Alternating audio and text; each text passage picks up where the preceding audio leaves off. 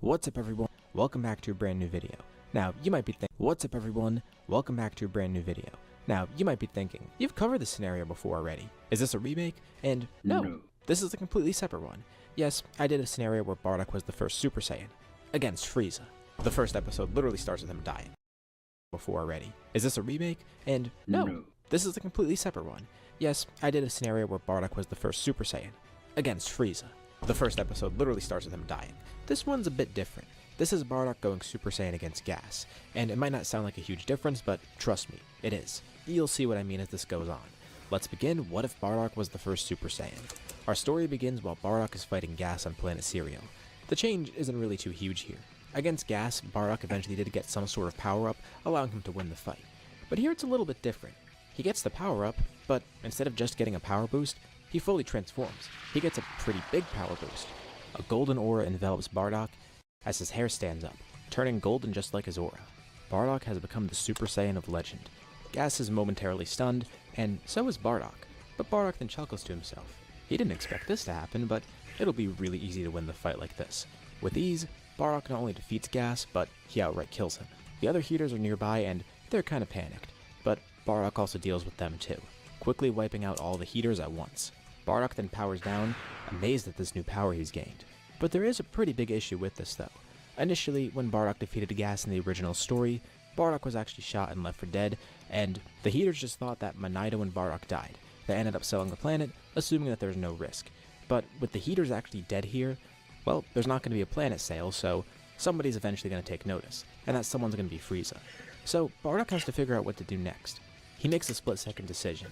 He knows they probably won't want to leave this planet, but Manito and Granola can't stay here, because if the heaters aren't able to sell this planet, well, Frieza himself is probably going to step in. Manito's stunned, but yeah, that makes sense. Frieza will not only know that someone killed the heaters, but he'll also know that no Saiyan would be that strong enough for it, or have the desire to do so. Hopefully none of the Saiyans will be suspects, because there's no way they'd be able to defeat Gas. So that means Frieza's going to come here and search the planet for some other warrior that he doesn't know about. Maybe not Frieza specifically, but definitely some of his stronger men. Because before they sell the planet, they need to make sure there's not some strong person lurking around that'll just kill whoever takes it over. So he'll search the planet for anyone and everyone, and wipe them all out. But if they leave the planet, sure, it's going to leave an unsolved mystery for Frieza, but he'll just think that whoever did it just escaped. If Manito and Granola stay here, who knows what'll happen to them. Frieza's probably just going to kill them on principle, and at the very least he's definitely going to find them. Bardock has a spare scouter on a ship, and he goes to grab it, giving it to Manito.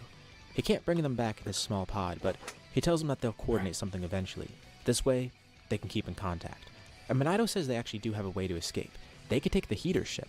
That's true. Bardock says that's good thinking. But Manito asks Bardock what he has in mind right now. And honestly, he's not too sure. He's a Super Saiyan. There's no doubt about that. That's gotta be what this power is. But even as a Super Saiyan, Bardock can tell that he's not going to be strong enough to face Frieza. Maybe he's just barely below where his power is right now, but he doesn't know what Frieza's full strength is. Maybe he's hiding more power. Maybe he has transformations of his own. He can't be rash and go to attack him now. That'll just lead to his death. So, he's going to try and find some other way. The good thing is, he knows that the Saiyans have the potential to win right now, but he has to keep his power a secret.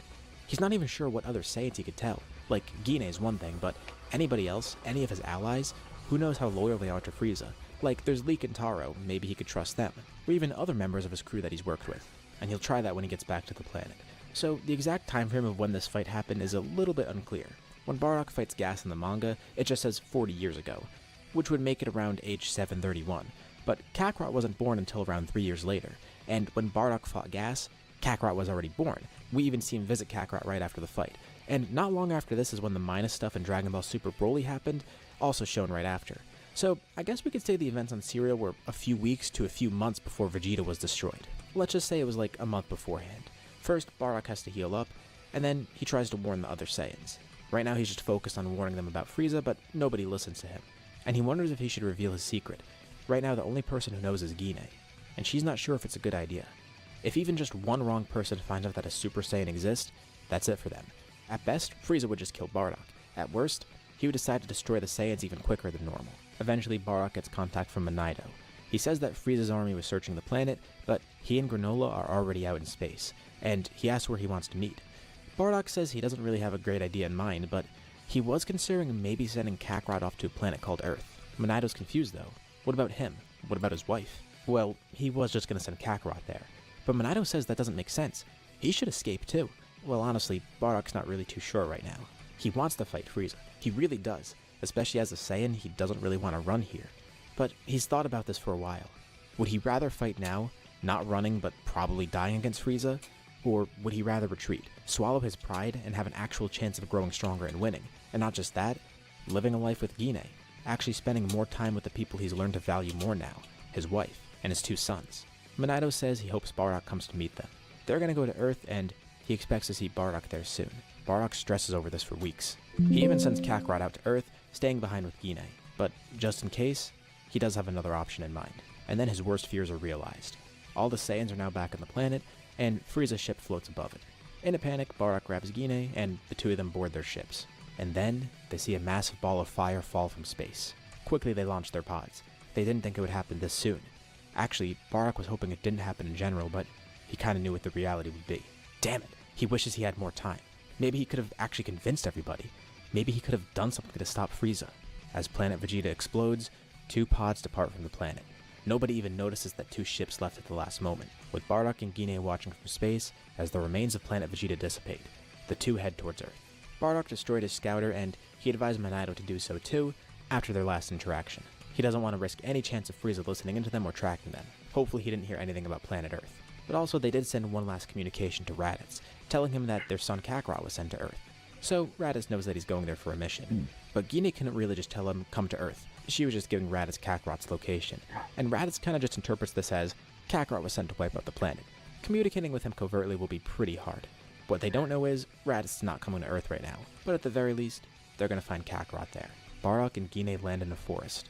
Typically, the sight of Saiyan space pods entering a planet's atmosphere signals its death. But here, it signals a new life, for the 3 Saiyans that have arrived here. For once, these Saiyans aren't here to fight. They aren't here to tear everything up. The tables have turned.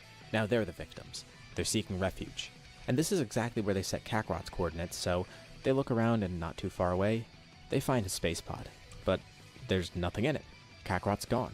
Now they're concerned because, well, they have no clue where he is. Maybe someone just found him and was concerned, and then they just took him in. And as they're searching around, eventually somebody finds them.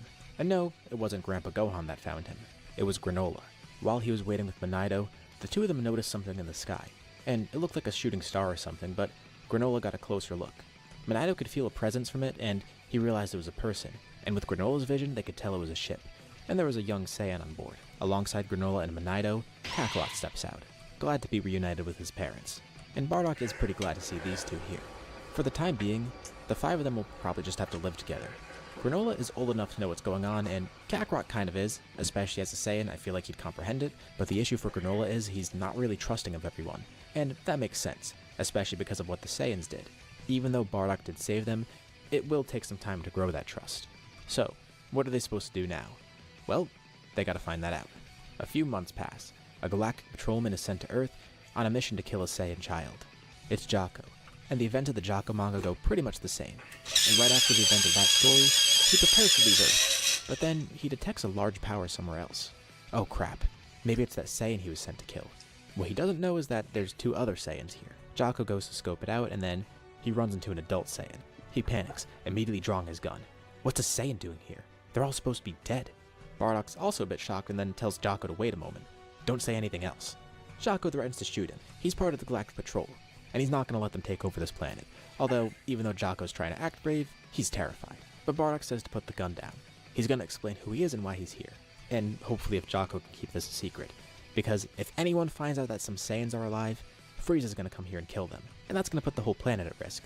Oh, yeah, Jocko didn't even think about that. So Frieza's completely unaware that a Saiyan's here. Yeah, and Bardock wants to keep it that way. So Bardock explains everything that happened. And then he even goes Super Saiyan, showing off his full power. Jocko can't believe his eyes. And Bardock says that if he really were here to cause trouble, he has the power to do that. He would have done it by now, but he's been here for months. So has his family. He could kill Jocko with ease right now and also wipe out this planet, but he's being covert, and that should be enough proof. Scary, but okay, fine. And it's also pretty weird to see a Saiyan with his family. Usually they don't care about that kind of stuff. Alright, Jocko will keep this a secret. He'll tell the patrol he dealt with the Saiyan on Earth and there's no problems there. But also, he has some friends here on Earth who might be able to help them out, though it could be a long shot. Help them out? In what way? Well, Jocko's not really too sure either, but he at least knows some people here. One day, Bardock gets a visit from an old man. His name is Dr. Brief, and he's with his daughter Tights. Bardock's a bit confused at first until he introduces himself as Jocko's friend. Well, more so Tights is, but he wanted to check this out too. It's pretty cool getting to meet aliens, especially because they look so close to humans. He finds it very interesting, and his scientific curiosity got the best of him. He has a proposition for Bardock. He'll help them get adjusted to life on Earth. He'll help them blend in, become normal citizens, and no one will suspect a thing. Apparently he's hiding from some intergalactic emperor, and Bardock's pretty surprised to see that Dr. Brief is talking about this so casually. His only condition is that he can observe Bardock, and study his tech if he has any with him. Well, that's fine and all, but the only thing Bardock brought was his ship, and Dr. Brief says that's more than enough. A ship traveling many times faster than light, one that can go intergalactic distances. Of course he'd want to study that. And then there's also one other thing. Bardock destroyed his scouter, but Monaido still actually has his. Thankfully he hasn't turned it on or used it, so Frieza hasn't been able to spy on them or anything. Bardock first panics when he sees it, but maybe it's fine. Dr. Brief takes a look at it and he thinks it's pretty interesting. He'll pick this apart and he'll make sure not to activate it. Maybe he could find a way to commercialize the ships and the scouters somehow. But Bardock's fine with this. He says the two of them have a deal. And Dr. Brief looks forward to their friendship. Friendship? He didn't think he was making a friend here, but okay, whatever. It'll be nice to stay on this planet and not have to hide out. But he's not the only one who gets a visit. After their first few months, somebody else of course takes notice. Monaido's watching Granola train in the woods one day, and then he gets a visit of his own. Monaido's speechless when he sees who's watching. Another Namekian appears in front of him. He introduces himself. He's the god of this planet, and he's wondering why this group came here, but more so, why these two look so similar. This kind of catches Monaido off guard. What does he mean? Of course they're both going to look similar, they're both Namekians. Kami remembers very little about his past, and nothing about Namek. Monaido settled on planet Serial a while ago. He was one of the Namekians that didn't settle on Namek, but I'd wager he'd still know something about the planet. At the very least, he knows something about the Namekians. And something about Kami looks familiar. It's really hard to tell because he's a lot older, but Monaido racks his brain. And now thinking about it, he thinks that this guy's related to Katas in some way. Kami has no clue who that is, but Monaido explains. He's another Namekian who existed long ago. We don't know much about Monaido, so I can kind of come up with things here. I'll say that he was also one of the Namekians who lived in the Demon Realm, and then moved to here. Monaido says he was really young when that happened, but he does remember that other Namekian. He was a genius in the Dragon Clan, though he didn't know him really well. Why does Kami know nothing of his planet? Kami explains his own past, how he came here, lost his memories, and then split with Piccolo. The two are equally fascinated by each other. But then, Kami asks who Monaido's friends are. Well, that's a bit of a longer story. Though if Kami would like to, he could meet them. I mean, he is the god of this planet after all. It's not like he has to ask their permission. Monaido chuckles, but Kami is still so weirded out by this. To think there are others like him out there. He knows nothing about himself. But yeah, he'll meet these other people that are here with him. Those Saiyans, or whatever they're called. And also that kid with green hair who's apparently not one of them. Earth now officially has 5 new residents. Another Namekian, the last Cerulean, and 3 of the last few surviving Saiyans. Monaido and Kami start to get along a lot more. Monaido is actually older than him and probably a lot with magic. I mean, just look at the crazy wish his dragon granted for Granola compared to what Kami's dragon could do. He wants to help Kami improve his Dragon Balls. He actually brought his own here with him. He didn't expect to encounter another Namekian with his own set of Dragon Balls too, but that's a good thing. They'll have Taranbo and Shenron together. Monaido goes to live on the lookout, and Kami wonders about those two other kids that are here. Granola joins Monaido on the lookout too, so Kami at least gets to know him a little bit more. Earth is already very high-tech, but Dr. Brief makes some huge advances with the tech here.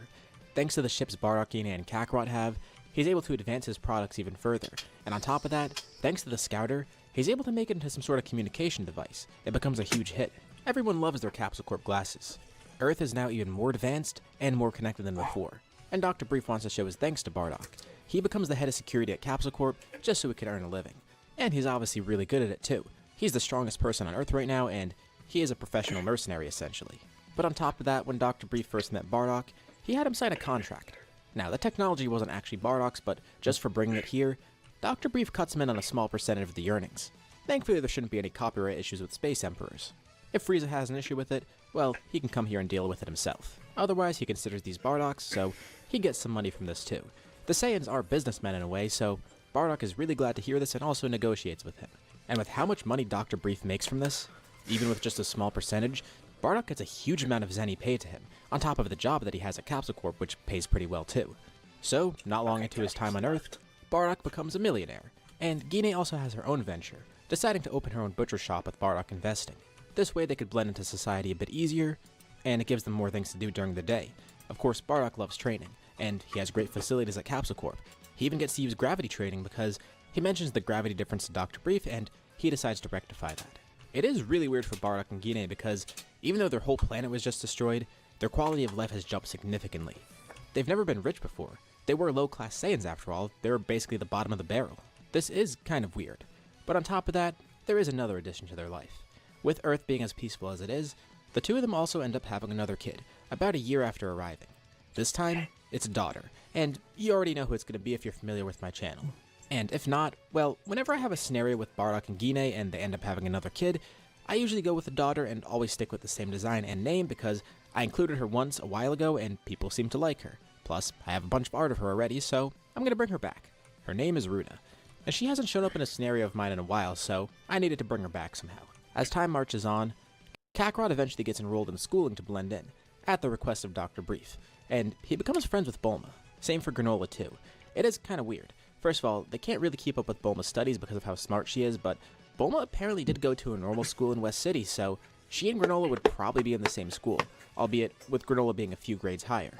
Kakarot, on the other hand, would be too far behind in grades to be in proximity, but he's in the same school system.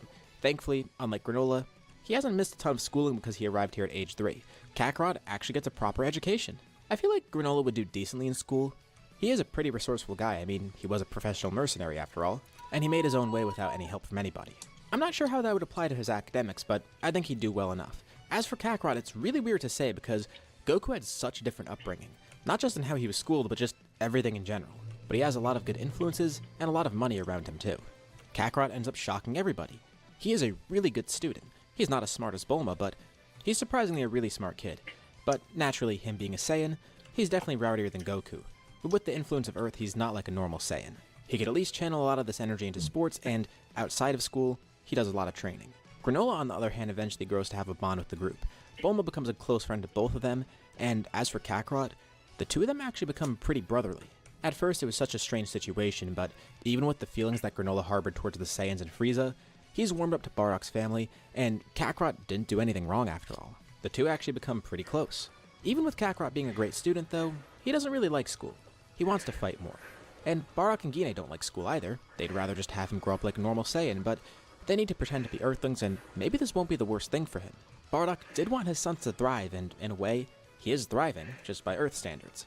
He's coming to see that this planet is a lot better than planet Vegeta, so maybe those are better standards. Bardock also barely has to work, and he has a ton of money. Combine that with Kakarot having free time out of school, of course Bardock ends up training him, as well as Granola. Granola has the same goal as them too. He wants Frieza dead. The Heaters were already dealt with, but they're responsible for everyone on his planet being wiped out, including his mother. They actually directly killed her, so that makes it even more personal. With them and the Saiyans gone, Frieza's the only one left, as well as his entire army, of course, and Bardock says they'll get that revenge soon enough. But he wonders where Raditz is. He expected him to come here eventually. They have no way to contact him now because they destroyed their original scouters as a precaution. The only one that exists now is the one that Dr. Brief has, but he completely disabled and dismantled it in order to make his new prototype devices. Even if they did have a scouter, it would be way too risky to contact Raditz. Plus, as far as they know, he's with the prince as well as some other guy. Bardock wonders if they're all still alive. Hopefully Raditz is, but what about the other two? Kakarot doesn't start training as a martial artist like usual. He never ends up meeting Grandpa Gohan, nor does he go to Kame House.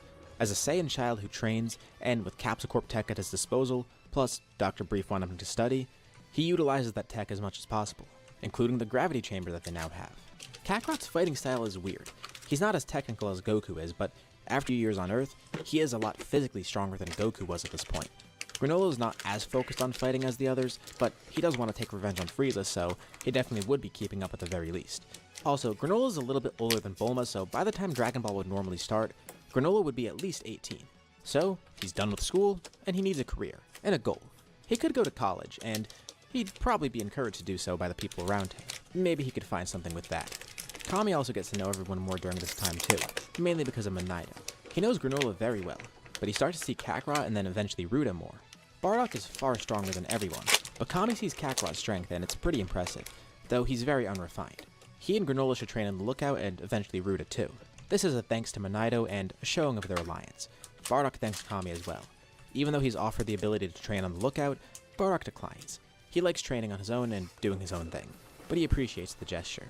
And after all these years pass, Bardock is starting to realize that he really likes life here on Earth. He's adjusting really quick, and sure, a lot of the things are still weird. Society here in general is completely different. Of course, there's violence, there's war, there's still crazy things like that, but compared to Planet Vegeta, where as a child you're thrown into war, this is a lot better than his own history. He only wishes his other comrades were here to witness it, but at least he has his family. And soon enough, Bardock wants his kids to go Super Saiyan. He wonders if it'll be any easier for Ruda because she was conceived after he became a Super Saiyan, so maybe there's something there. But either way, he wants both of them to grow strong. And Gine adjusts to life on Earth as well as Bardock does. She's fine with not fighting either. Honestly, she doesn't even care at this point. She was kicked off of Bardock's team for not being a great warrior anyways. And she likes this new life a lot better. Of course, by Earth standards, she is still one of the strongest people on the planet at the moment. Bardock, Granola, and Kakarot are definitely above her at this point, but besides those three, I'd say she's the strongest on Earth, at least until Ruda grows a lot stronger. Bulma eventually decides she wants to search for the Dragon Balls, so she takes her friends along. Kakarot, Ruda, and Granola all join. They come across some pretty interesting people, like some guy named Gohan, intrigued to see two kids with monkey tails, and a man with one red eye. But he's seen crazier things on Earth, so he doesn't even question it. They meet Yamcha, they meet Ox King, they meet Roshi, and when Roshi destroys Fry Pan Mountain, Kakarot very easily copies the Kamehameha. So he still learns it here, just from seeing it once. Roshi is stunned, and even more stunned to hear that they're training under Kami. It's incredible. But of course, they encounter the Pilaf gang too, and they're very easily stopped. Thankfully, with Bulma still meeting Yamcha, she decides she's not going to wish for the perfect boyfriend, and instead, she just wishes for infinite strawberries or whatever else she wanted to wish for. Had she made the other wish, well, Vegeta probably would have been brought here way earlier than normal, but I guess that's saved for later. Even though Kakarot has met Roshi, he never does go to Kame House. Kami is his master, and Kakarot eventually ditches his Saiyan armor and decides to wear a gi. It kinda surprises Bardock, but he's glad that Kakarot's evolving like that. But he's also realizing that he probably needs to train his son more. He hasn't been a good enough master, and more importantly, he thinks Kakarot's finally ready for some more intense Saiyan training. Ruda watches along, and she starts training with Kami herself, but she does watch her brother and father train from time to time. As a martial artist, Kakarot's the greatest in the family, by far. And Bardock is really impressed to see this, but his power is nowhere near his. So, Bardock then shows them Super Saiyan. They've seen this a bunch of times, and he'll whip them into shape until they're able to do this. This is what they'll use to defeat Frieza, the one who killed all the Saiyans, and the one who's probably still out to get them. Thankfully, he doesn't even know they're alive. Hopefully Raditz made it out fine though. Minato notices something strange from the lookout one day. There's a group going around, an army, and they locate one of the Dragon Balls. Actually, this is one of Minato's Dragon Balls. The Red Ribbon Army actually found one of his. They're a little confused because the Dragon Balls are really small, but it is what they were tracking. But the location of the Dragon Ball is actually Minato's house on the surface. Even though he does live on the lookout, they did have a temporary residence there. So of course he's going to go down to defend it. The army is weirded out to see an alien-looking guy here, but what's even crazier is that Minato is a lot stronger than them. You know what's really funny? Monito's power level was 213 in the Granola arc. That would also make him stronger than pretty much anyone on Earth besides his own friends. He actually prevents the Red Ribbon Army from getting his Dragon Ball, but then someone else joins in. Granola's there. He decides he's going to take this army down. After going through an army invasion on his own planet, he's not going to let this planet suffer the same fate. So, Granola goes out to destroy the entire Red Ribbon Army, and he leaves no trace of anyone. The entire base is wiped out. It is really easy for him to do, and with his great eyesight, he makes sure nothing's left, even getting Dr. Gero in the process. Kakarot and Ruda even join in too, and Bardock hears of this, so he goes along, not joining in on the fight, but just watching to see what his kids are capable of. You know, he doesn't want them tearing this planet up or anything, but the Red Ribbon Army was probably going to do that too, so he's fine with this. Plus, this is the most Saiyan-like thing that they're ever going to get to do here, and it's not like it's the wrong thing to do either, so of course he wants them to take the opportunity. And he admires their work. It truly makes him proud to be a father. Now, he's glad they're not growing up like normal Saiyans, but if these kids were the average Saiyans that were invading planets, they'd be great at it. Parallel to this, Goku, or Kakarot in this case, never ends up Kame House. So the primary student there, and basically the star student, is Krillin. He trains under Roshi alone, and he's probably not going to grow as strong without a great training partner like Goku, but he does really well. He almost becomes a champion of the world tournament, making it to the final round where he faces Jackie Chun, who ends up winning against him. This is so Krillin knows that there's always stronger people out there. He was hoping that one of those other people would join this tournament. Those two kids with monkey tails seemed really powerful, and same for that green-haired guy. They were really good warriors, but they're not part of the tournaments. He wonders why. And while this is going on, the Pilaf gang is still alive. They were easily defeated, but not wiped out. And they want revenge. They want it as soon as possible. So they search for King Piccolo, looking to free him in order to sick him on that crew that defeated them. Piccolo's not going to be nearly strong enough to fight them, but of course, they're oblivious. Prior to the 22nd World Tournament, King Piccolo is unleashed by the Pilaf gang. Because of how terrifying Kakarot and Granola were, plus them causing even more havoc destroying the Red Ribbon Army easily, the Pilaf gang is really antsy and they spend all this time trying to find King Piccolo. They've succeeded. But first, King Piccolo needs to get the Dragon Balls, and he's also going to create some suns just to ensure that he could actually take over the world. But right when he's freed, Kami's aware of it, and so is Monito too, hearing it directly from him. He already knows that Kami split with the evil part of himself, and he knows that if Piccolo dies, Kami dies. And with Piccolo being the type of guy he is, he's probably going to make some enemies, particularly enemies with Monito's friends, ones that are strong enough to kill him with ease. So they need to put a stop to him as quickly as possible, and Monito sends someone out on a mission. He gets Granola to do this. He tells him to capture King Piccolo alive. Granola understands. This should be pretty quick to do, and he could actually use his sniping skills from here. Kami and Monito can see everything from the lookout, while for Granola, his eye lets him see this. He could feel King Piccolo's key, and then he dives off the lookout, flying directly towards it, and then, once he gets close, he gets more covert, watching from a little further away. King Piccolo's on an airship right now. He's with the Pilaf gang. Granola simply launches a small sniper shot, directly hitting the engine of the airship, causing the crew to make a crash landing. The Pilaf gang survives and so does Piccolo, but he knows someone's after him. Then the Pilaf gang all falls unconscious, hit by a very weak blast from Granola that hit them directly in vital points. And Piccolo's not quick enough to react either. He's the last one taken out, and he's knocked unconscious. Granola then scoops him up and brings him to the lookout. Monito and Kami were watching the whole thing. They're amazed. They didn't know Granola would be that efficient. It was only a few minutes. So, not long after being freed, Piccolo finds himself up on the lookout, facing Kami, another person who looks similar to him, and then this mercenary that attacked him. Seeing another Namekian has him perplexed. Monito explains that they sort of have similar origins, but he also knows that Kami and Piccolo are once halves of a whole. Kami wonders what they should do with him. Maybe they should just seal him away again, but Monito has a better idea. He thinks the two of them should merge back together, and both are immediately against it. Even Granola's a bit surprised to hear this. Wouldn't that defeat the whole purpose of this? Well, in Monito's eyes, the two of them together would be unstoppable, plus they're supposed to be together. Kami and Monito were jointly guarding Earth, but if they do this, Monito can actually train him up to be even better. He could be a better magician, and he'll have power to back himself up too. He can get more directly involved with things, while Monito can be the one who sits back on the lookout. Well, Kami does understand where he's coming.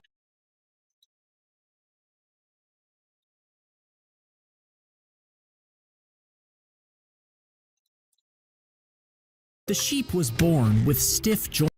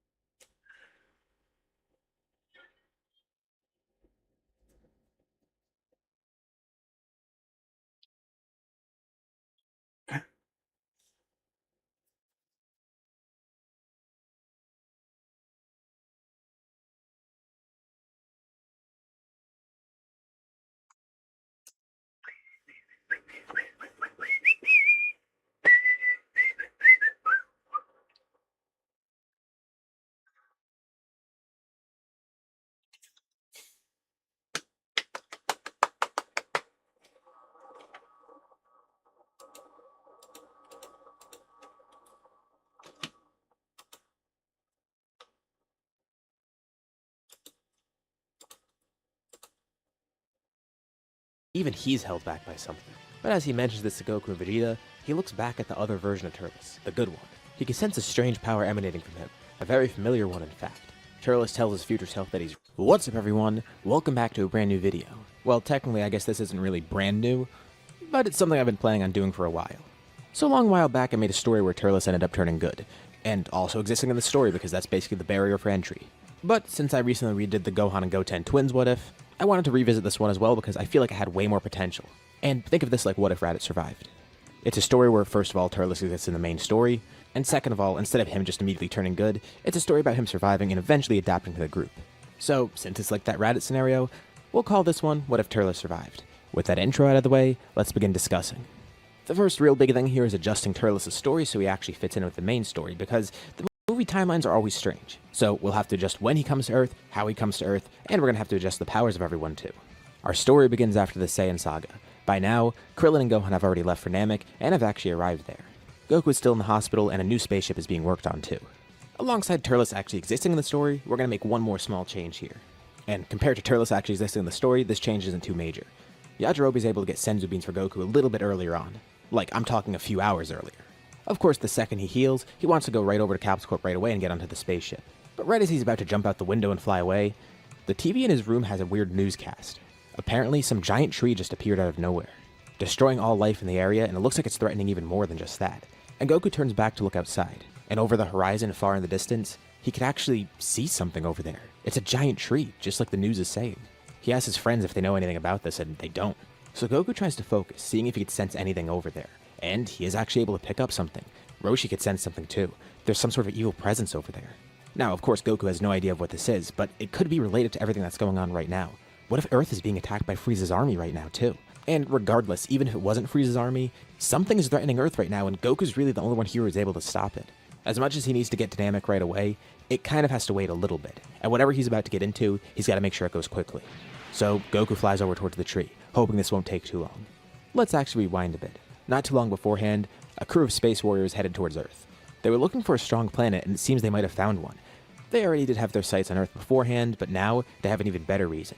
They were able to pick up on some really strong powers there, detecting the fight between Goku and Vegeta, not even realizing what it was. But this fight alone shows them that Earth might actually be pretty powerful, a great place to plant the Tree of Might. This of course is the Crusher Core, with Turles arriving on Earth, planting the Tree of Might. And that leads us to where we are now. They're waiting around the Tree of Might, waiting for that fruit to grow. As Goku gets closer, he hears a voice in his head. It's King Kai. Sensing a terrible presence on Earth, he has no clue of what this is either, but he tells Goku what he did see.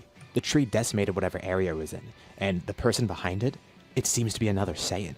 But that makes no sense. The only 3 Saiyans left were Raditz, Vegeta, and Nappa. King Kai is not sure who this guy is either. But he tells Goku, try and make it quick. Don't focus too much on this battle. It's more urgent to help his friends on Namek. And since they don't know what they're up against, he needs Goku to stop this right now. Because whatever this is really is threatening Earth. Raisin then picks up something on a scouter. A power's coming near them. It seems pretty low though, it's only a power of about 300. A yellow cloud flies over them as Goku jumps off. And upon first glance, the Crusher Core is pretty stunned by his appearance. Well, everyone besides Turles. The guy they're looking at looks exactly like their boss. There's a Saiyan here? Of course, Turles isn't really too shocked by the resemblance. They're both low-class warriors after all. Although, he is pretty happy to see a Saiyan here. That's going to make things a lot more interesting, and that explains why the powers are so high on this planet. Goku scans around and sees all the damage done by the tree. That's the first thing that really caught his eye, but then he gets a good look at the crew behind it, then locking eyes with Turles himself. That definitely is a Saiyan. I mean, the fact that they look the exact same, that's a pretty dead giveaway. This guy looks more like him than his own brother did. Goku tells him he has no clue who these guys are or why they're here, but he hopes they just make this quick. He only just got out of the hospital and he really needs to get going somewhere. Turles laughs and tells him not to worry. They'll make it quick. As the rest of the Crusher Corps launches in to attack Goku all at once, Turles watches as Goku fights all 5 members of the Crusher Corps together, thinking that they'll be able to defeat Goku. As they look more into this planet, it wasn't just the fight between him and Vegeta that drew him there. Turles actually did know of a Saiyan that was sent here, also knowing the name of the Saiyan is Kakarot. All the more reason to come to this planet. But he didn't realize Kakarot was this strong. Maybe it has to do with that battle that they detected. Because soon after the fight begins, Goku defeats all 5 of the Crusher Corps members at once, quickly flashing into Kaioken, using so much power that he even accidentally kills them all, even though he just wanted to defeat them. He didn't realize how strong he got. But next he needs to go up against this other Saiyan who's probably a bigger threat than these 5. So he looks at Turles asking who he is and why he looks the same as Goku. Turles looks up at the tree. One of the fruits is almost ready. He just needs a little bit more time. Kakarot sure does look different from a lot of the other Saiyans. He doesn't even have his tail anymore. He really wants the history of this Saiyan is, and he's glad to see such a strong low-class warrior here. You know, if anything, Kakarot would make a great member in his crew. Think about it, 2 low-class Saiyans, working together, taking over the universe, gathering heaps of power from the Tree of Might. But Goku tells Turles he has the wrong idea. He's not fighting Turles' crew for the sake of it. He's fighting them because they're a threat to Earth. He's got to protect this planet. And like he said, he's in a bit of a hurry. Goku charges up into his full power without going into Kaioken, flying right towards Turles as the clash begins. As they exchange blows, Goku tries to get more info out of Turles about who he is, and of course why he's here and what that tree is. It might be pointless to explain, but Turles does tell Goku that soon enough he'll see anyways. This tree has taken the life directly from Earth, and it's going to give it right to Turles. And despite Kakarot being pretty strong as is, Turles is able to fend him off pretty easily, to the point where Goku's even pushing to using Kaioken further. Going into ×4, this isn't as strenuous as it was when he was using it against Vegeta, but it still is really strenuous. This is the first time he used any of his power after the Saiyan Saga because he just got out of the hospital. So he's stronger, but he hasn't trained yet and he hasn't really practiced with anything else so far. And with this, he's actually able to defeat Turles. Well, seemingly. Goku says he'd love to have an actual fight with Turles, but he doesn't have the time for it. And with him threatening Earth, this has to end here. But Turles says it's far from over. Quickly he jumps up into the tree, grabbing the freshly ripened fruit. It's time. He's surprised at how quickly it grew, and how powerful this seems to be. This planet must have a ton of energy. Goku flies up towards Turles to stop him, but he takes a bite of the fruit. And just as Goku's about to land a punch on him, Turles powers up, knocking Goku back with his power. Turles then rockets down towards Goku with a kick, driving him into the ground. As you can see, the battle's only just begun. Goku is still trying to make this quick, so he goes into Kaioken once more. But before he was able to easily defeat Turles with Kaioken ×4, this time, Turles is able to easily keep up with it, and not just that, but overpower Goku completely. The power of the fruit, he could feel it coursing through his veins. He still holds it in his hand, and he even takes another bite of it. Bulking up once more, continuing to beat down on Goku. This is really bad now, but Goku has one way out of this. Just like Turles was able to escape from his death, Goku can do the same. Using the last of the power that he has left, he powers up into Kaioken once more, pushing his body to the limit. It's Kaioken ×5, and he uses it to just get away from Turles, not even fight him. He just needs a little bit of distance, and he uses all the power he has left. He could barely even fly away. But he looks down at the bag of senzu beans that he has. He really hates that he has to use one right now, but he has no other choice. Quickly popping one in his mouth and instantly being healed. Turles doesn't know what that was, but he's glad to see the fight hasn't ended. This is going to make it a lot more interesting. Goku starts fighting again, and it's not really doing anything to Turles, but that's not the point here. He's just buying some time. If Turles is stealing the energy from this planet, well, Goku's just going to have to steal it back somehow. Amidst the battle, Turles notices that Goku's not using one of his arms. The entire time he's holding it up, just fighting with his other arm and his legs. He must have beat him so bad that arm's broken. He can't even move it now. Turles, of course, has the upper hand again, but Goku doesn't care. He just needs a little bit more time. He doesn't have any friends here to gather energy from, and he can't gather it from the planet, but he has a really good idea here. He's of course trying to create a spirit bomb, but doing so by taking the energy from the tree itself. Exactly how he did it in the movie. But Turles then sees Kakarot's hand glowing. So that's what he was doing. He was charging some sort of attack. He didn't even notice amidst the fight, with Goku trying to stop Turles from attacking that arm. But as Turles looks at the arm, his scouter explodes. What is that attack he's using? And Turles is still holding on to the rest of the fruit. He tries to take one more bite of it, but it's not giving him any more power. And now he's a bit concerned. He's got to finish this off. Turles is able to knock Goku into the ground once more, charging a kill driver, ready to disintegrate him. He launches it down at Goku, but the attack vanishes as it collides with another attack from Goku. A small blue ball of energy comes up towards Turles. He tries to dodge it by flying up, but it follows him. He has no way to get out of this.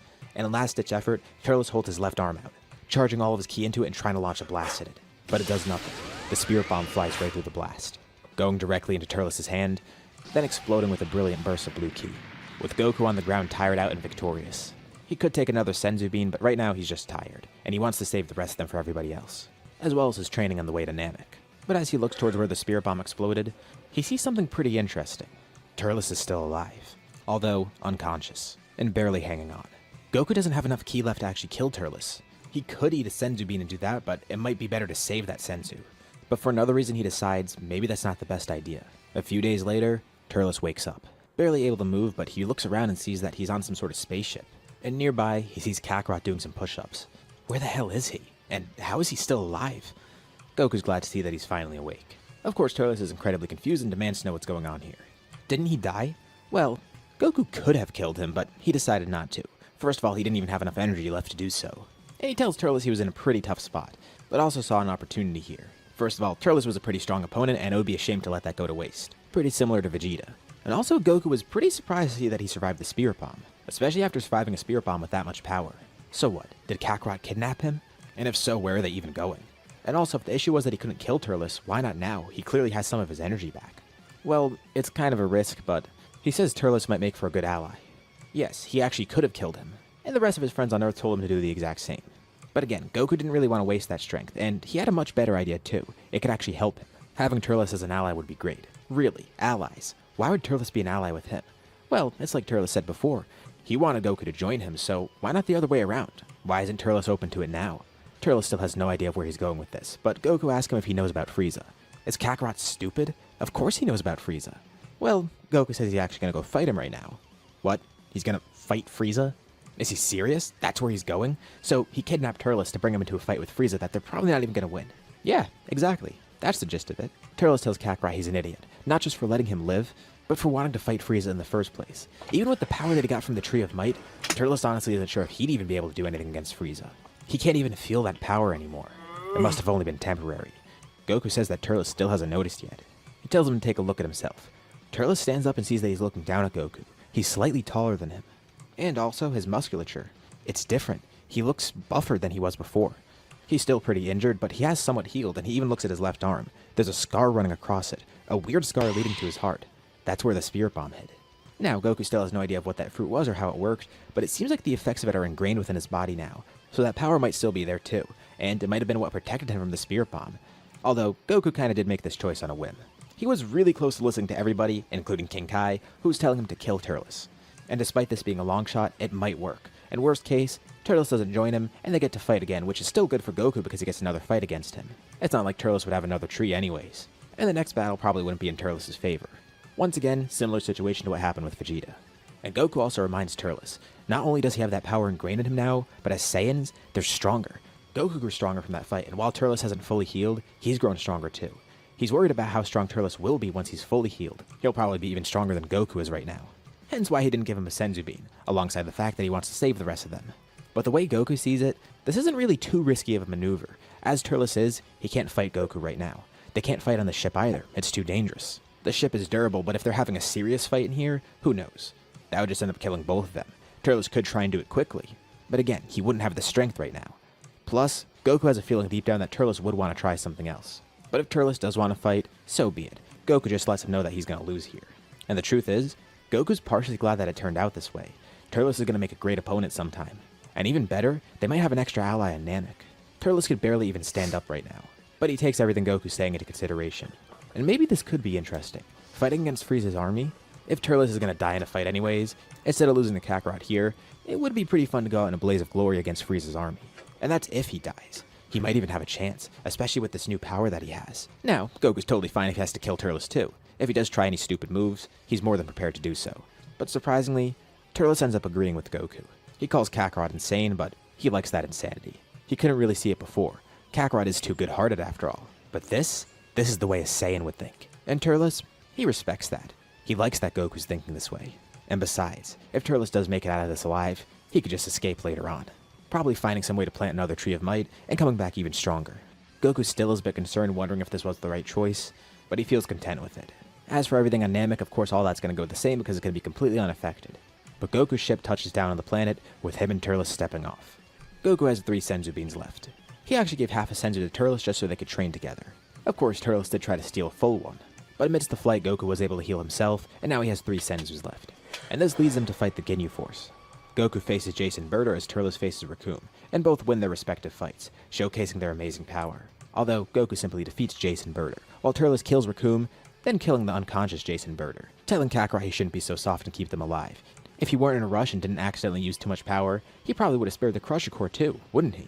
Vegeta, Krillin, and Gohan are saved, but they're pretty surprised to see who's with Goku. There's someone who looks exactly like him, and Vegeta can't believe it especially. Is that another Saiyan? Turles laughs, glad to see another surprise here. Prince Vegeta, and not just that, Kakarot's son. There's more Saiyans than he thought. Naturally, this leaves a lot of questions for everybody.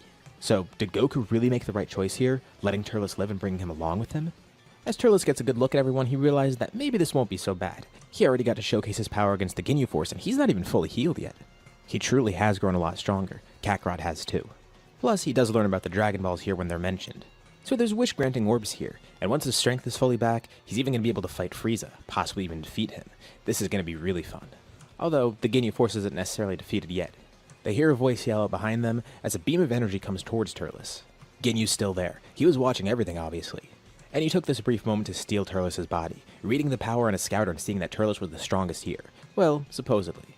As he gets into Turles' body, he realized that it's kind of injured still. Even though he was exerting a great amount of power, it's because he couldn't really suppress it. Goku, on the other hand, actually can suppress his. So after using some of it against the other Ginyu Force members, it dropped right back down, but Turles is at a constant high. Still learning to control his ki. But this is still good for Ginyu. The power in this body should still be enough, especially if he could heal himself a bit. But even without that, he'd probably be able to defeat everyone here. The Ginyu Force is already giving them trouble. And this guy fought them with ease, so now that he has his body, this should be good. Although Ginyu is a bit disappointed because the increase in power isn't as much as he expected. Mainly due to Turles still not being fully healed. But Goku says he'll handle this. He's actually the strongest one here right now. Plus, Ginyu's not going to have any idea of how to use Turles' body. And on top of that, Goku knows exactly where Turles is injured, so he can exploit that in this fight. Meanwhile, Turles is in Ginyu's injured body. Still pretty confused on what just happened. In a burst of anger, he yells at Goku and tells him to kill that bastard. But then he realized that that's his body, so maybe don't do that. Just beat him really badly and then get him back into his original body. That's true, they can't really kill Ginyu here either. At least not if they want to keep Turles alive. And of course Goku does want to keep him alive. So Goku faces Ginyu in Turles' body. It is kind of a tough fight for Goku, and he does get a bit injured in this, but he is able to take the win here and actually defeat Ginyu. Even without having full access to Turles' power, Ginyu still is pretty strong here in this body. Once defeated, he tries to take Goku's body next, but Goku's able to think pretty quickly, and he activates Kaioken at his full power, getting enough speed to grab Ginyu's original body, swapping it back with Turles, with Vegeta then simply walking over to it, destroying what's left of Ginyu. Although Turles is pretty worn out, and Goku is too. Thankfully, Goku didn't get beat nearly as bad as Turles was. So they're going to need to heal somehow, but it's fine because they have the healing pods. Turles is probably going to take a bit longer to heal, but as for Goku, he won't take too long. And now that they have a moment to breathe, Vegeta asks Goku to explain who this guy is. How and where did he find another Saiyan? Especially one this strong, one who appears to be a low-class warrior but has that great amount of power. And Turles chuckles to himself weakly. The prince is scared of him, isn't he? Goku says he's going to have to explain later because it is kind of a long story. And Krillin's also worried. Why did he bring the Saiyan here anyways? Of course, they want to know how he found Turles in the first place, but mainly why is he here? And Goku says he really had no choice. Really, he kinda did. But Goku saw potential in him and thinks that he'll be a great ally. Even Vegeta's allied with them here, so the chances of Turles working with them, especially with the fact that he has something in common with Goku, it seems more likely. After all, as a fellow low-class warrior, he did want to join forces with Goku, although with different motives in mind. It's also a gut feeling for Goku too, and it's kind of the same as how he spared Vegeta. But he does think this is the right choice. Plus, after this whole thing on Namek, they probably won't have to worry about him either. It's a shame they use all the Senzu beans, but thankfully Goku's not going to take too long to heal. Turles, on the other hand, they're not too sure. Especially because Ginyu injured the body before he left it. As the two of them start getting healed, a wish is made to revive Piccolo and bring him to Namek, just like normal. Now, nothing really changes here, especially because Goku and Turles are both out of commission. So there's not many big apparent changes yet. Although Piccolo obviously does know the fact that Turles is there. King Kai filled everybody in, and Piccolo's kind of concerned about this. The fact that there's another Saiyan there, and the fact that Vegeta's there in general, both of those are big points of concern for him. He wonders if that guy will even work with them. Vegeta's one thing, because they at least know they have a common enemy, but Turles, they know nothing about him. He hopes he could trust Goku's judgment on this one, and Gohan thinks that they can. Even Vegeta's working with them here, so maybe that Turles guy will too. But this is all communicated through King Kai because Piccolo's still teleported to a different part of the planet like normal, so he doesn't get there just in time. Piccolo makes his way over, and Frieza does too, eventually finding the group after they summon Kurunga. Once again, a lot of this goes the same. The fight with first form Frieza is not really too different, and then he goes into his second form. This is where the changes occur. Specifically at the point in the fight where Frieza nearly stabs Krillin. As he launches up to pierce through Krillin with his horns, he suddenly comes to a halt midair. Someone grabs onto his tail, swings him around, and then throws him down into the water below, saving Krillin in the nick of time. Krillin's terror turns to excitement. It's his best friend. Goku's back.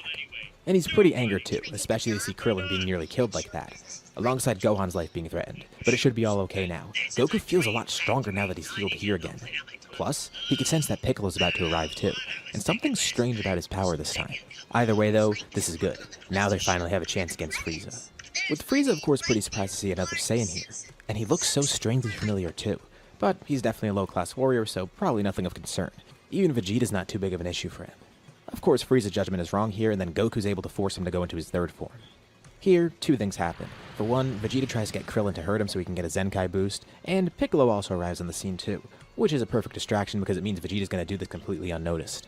And even in his terrifying third form, the group is still able to put up a pretty good fight here.